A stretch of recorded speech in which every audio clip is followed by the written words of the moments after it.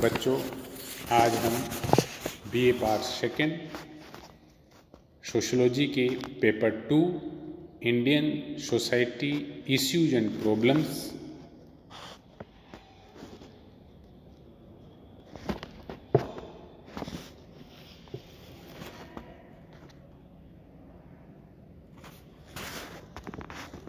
के topic inequality related to gender अर्थात लिंग संबंधी असमानता का सामाजिक क्षेत्र में विषमता के बारे में चर्चा करेंगे। पिछले वीडियो में हमने लिंग संबंधी असमानता के विभिन्न समाजशास्त्रीय, मानव शास्त्रीय एवं प्राणी शास्त्रीय परिप्रेक्ष्य पर विस्तृत चर्चा की। आज हम इस वीडियो में लिंग संबंधी असमानता अर्थात इनइक्वलिटी रिलेटेड टू जेंडर के सामाजिक क्षेत्र में विषमता, इनइक्वलिटी इन सोशल फील्ड पर विस्तृत चर्चा करेंगे।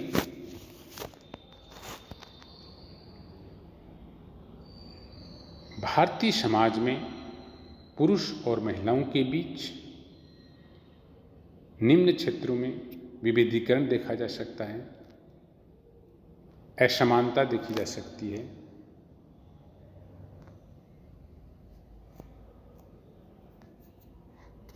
श्रम विभाजन के क्षेत्र में भी असमानता देखी जाती है।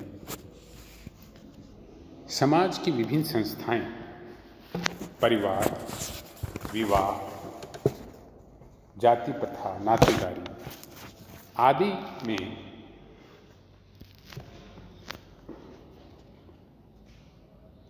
असमानता परिदृश्य होती है।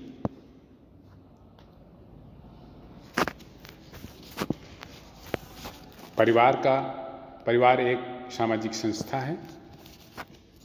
परिवार में माता की परिस्थिति अर्थात स्टेटस, माता की स्टेटस की तुलना में, परिस्थिति की तुलना में पिता की परिस्थिति को अधिक महत्व दिया जाता है और पुत्री की तुलना में पुत्र को, पत्नी की तुलना में पति को अधिक प्रतिष्ठा, सम्मान एवं महत्व दिया जाता है।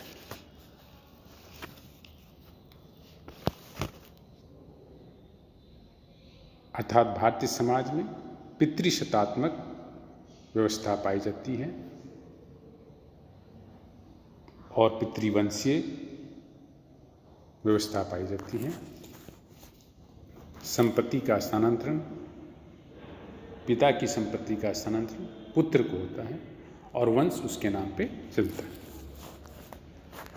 शिक्षा के क्षेत्र में भारतीय समाज में आधुनिक युग में शिक्षा के क्षेत्र में पुरुष व महिलाओं के बीच विभेदीकरण पाया जाता है। पुरुष की शिक्षा दीक्षा को अधिक महत्वपूर्ण माना जाता है तथा उन्हें महिलाओं की तुलना में विशेष सुविधाएं प्रदान की जाती है। ग्रामीण क्षेत्रों में ये विभेदीकरण शहरों की तुलना में अधिक पाया जाता है। हालांकि आधुनिकता और उत्तर आधुनिकता का युग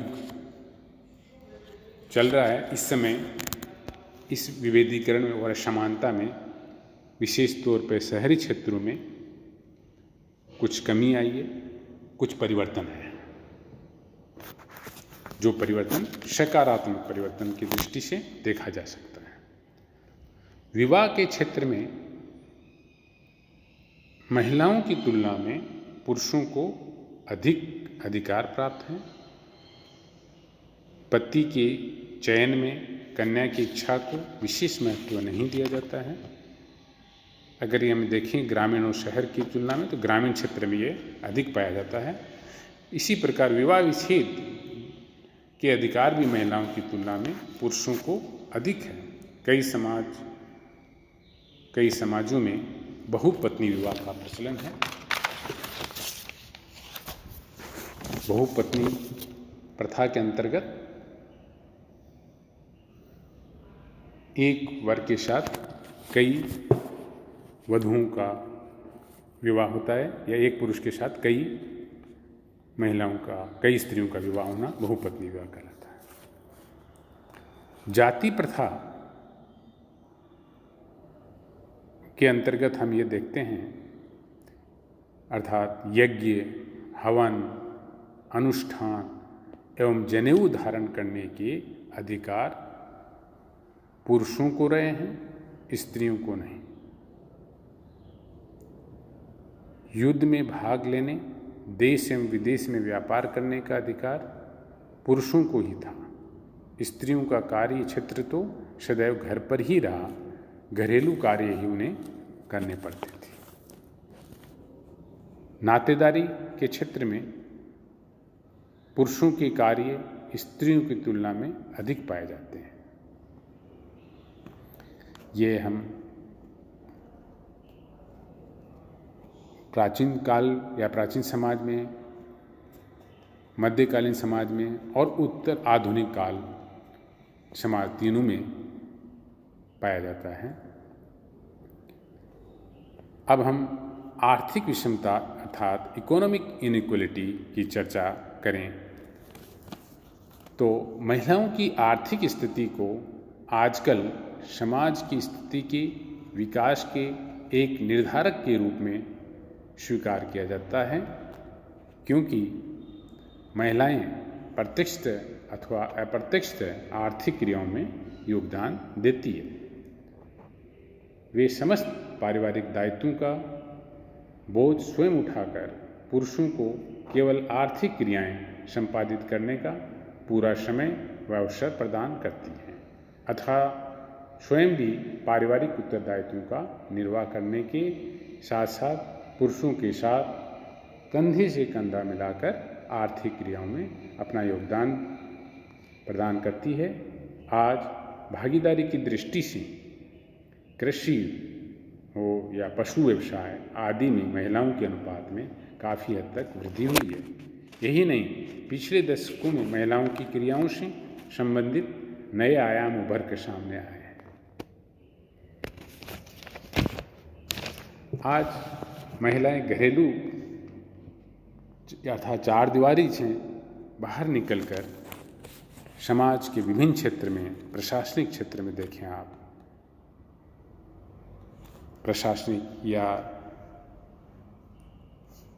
लोक सेवा आयोग के अखिल भारतीय सेवाओं में भी, जैसे भारतीय प्रशासनिक सेवा, भारतीय पुलिस सेवा, भारतीय वन सेवा, even banking service sector, railways आदि में भी महिलाओं का योगदान में वृद्धि हुई है। संपत्ति के संबंध में आर्थिक विषमता संपत्ति के अर्जन में सर्वाधिक महत्वपूर्ण भूमिका निभाने के बावजूद महिलाओं को संपत्ति के अधिकारों से वंचित रखा गया।